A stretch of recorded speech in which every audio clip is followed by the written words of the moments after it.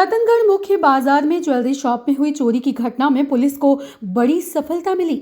घटना का खुलासा करते हुए एसपी जय यादव ने बताया कि 30 नवंबर की रात में रतनगढ़ मुख्य बाजार में आरबी ज्वेलरी शॉप में करोड़ों की चोरी हुई थी। घटना की सूचना मिलते ही पुलिस मौके पर पहुंची तथा चोरों की तलाशी हेतु टीम का गठन किया गया। साथ ही मौके की गहनता से जांच की गई।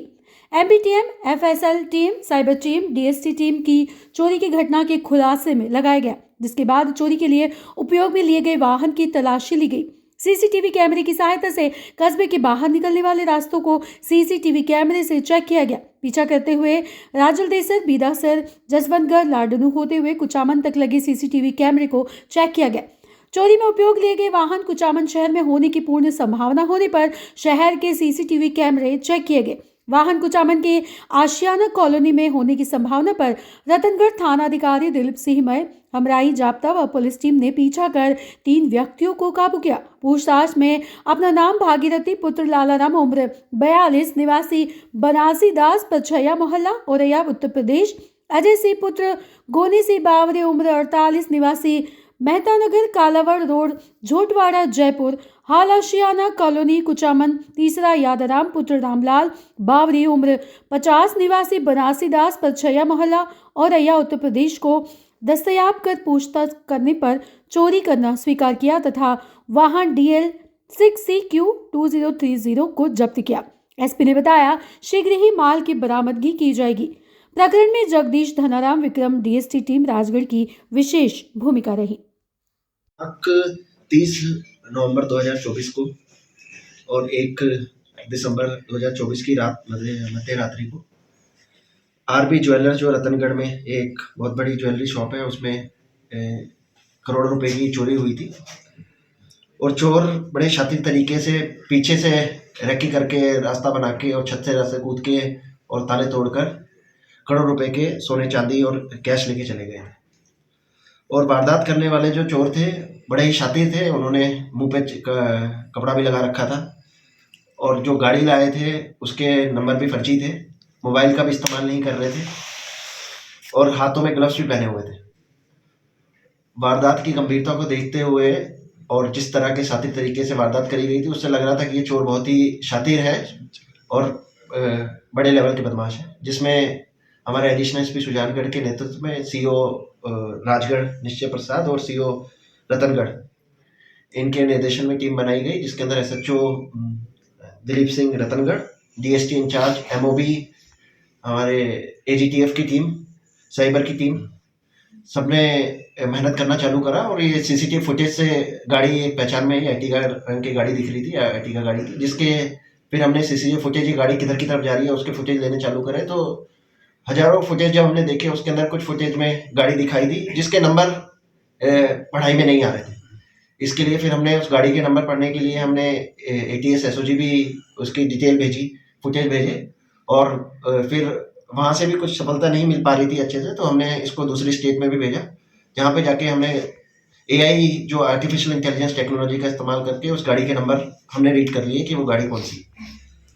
उसके बाद जो उन्होंने सर पे मुंह पे ढक्कन लगा रखा था, उसका हमने भी फेस रिकॉग्निशन टेक्नोलॉजी से और राजकोट में हमारे फोटो मैच ऐप है, उसके जरिए हमने उनके चेहरों से पता करने की कोशिश करी कौन लोग हो सकते हैं।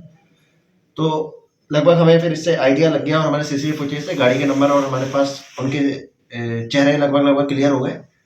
तो टीम ने बड़ी मेहनत करके काफ़ी सारे फुटेज देख के हमने फिर 3 लोगों का हमें कुचामन में पता चला, जहाँ से वो आगे गाड़ी नहीं जा रही थी।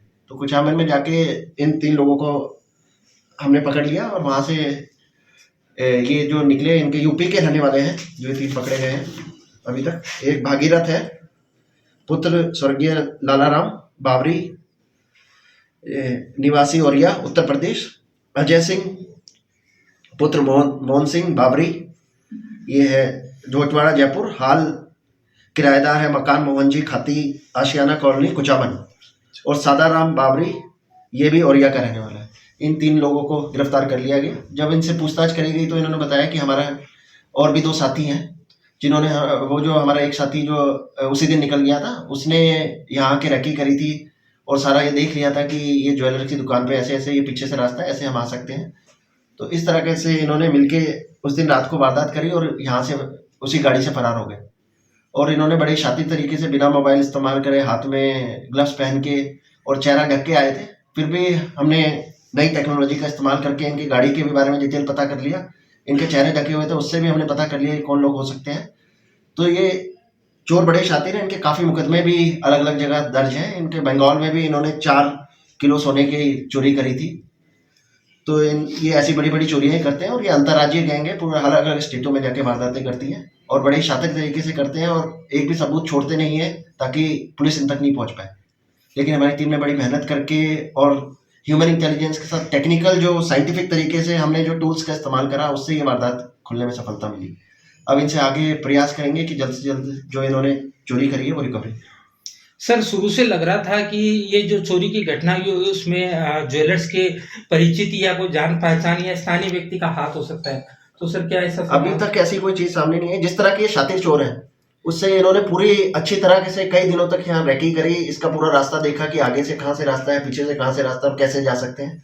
तो इन्होंने पूरी रैकी कर रखी थी और जिस तरह के बदमाश हैं ये, तो ये संभव है कि अपने दम पे भी ये कर सकते हैं। और ये बड़ी प्लानिंग के साथ किस रास्ते से आना है, किस रास्ते से जाना है, टोल का इस्तेमाल करना है नहीं करना है, उसकी भी इन्होंने बिल्कुल शातिर तरीके से काम किया। कोई टोल भी इस्तेमाल नहीं करा, लेकिन फिर भी ये बच नहीं पाए। तो यही है, अगर चोर ये बदमाश अपना चेहरा भी ढक ले या गाड़ी के नंबर बदल ले और किसी भी तरीके से कर ले, फिर भी पुलिस उनको पकड़ सकती है। हमारे पास इतनी टेक्निक अब आ गई। सर, घटना में कितने लोग शामिल थे? इसमें 5 लोग थे। अभी हमने 3 लोग जो है इनको गिरफ्तार कर लिया।